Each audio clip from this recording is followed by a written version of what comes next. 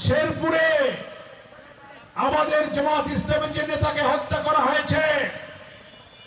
বিএনপির সন্ত্রাসীরা তার উপরে নিষ্ঠুরভাবে হামলা করে ত্রয়োদশ জাতীয় নির্বাচনের প্রকাশ্য প্রচারাভিযানের প্রথম হত্যাকাণ্ডের বিচার এই সরকারকে করতে হবে, খুনিদেরকে গ্রেফতার করতে হবে। আর যেন জামাত ইসলামী সহ কোন দলের প্রার্থীদের উপরে হামলা করা না হয়,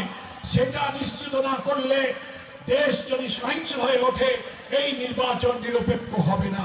অবাধ হবে না। ভোট কেন্দ্রে তারা সন্ত্রাস করবে। এই অবৈধ অস্ত্রধারী সন্ত্রাসীদেরকে গ্রেফতার করে আগামী নির্বাচন 18 কোটি মানুষের এত রক্তের বিনিময়ে আমাদের প্রত্যাশিত নির্বাচনকে নিরপেক্ষ, অবাধ এবং সুষ্ঠু করার জন্য প্রধান নির্বাচন কমিশনার, প্রধান উপদেষ্টা, আইন শৃঙ্খলা দায়িত্বে যারা আছেন তাদের সকলের কাছে আমি অনুরোধ জানিয়ে আপনাদের সকলকে আবারও বাংলাদেশ জামাত ইসলামের সম্মানিত আমির ডক্টর শফিকুর রহমানের পক্ষ থেকে শুকরিয়া কৃতজ্ঞতা জানিয়ে, থাকলেও ট্যাক্স ফ্রি গাড়ি, স্বল্প মূল্যের ফ্ল্যাট এগুলো জামাতের এমপি মন্ত্রীরা গ্রহণ করবে না।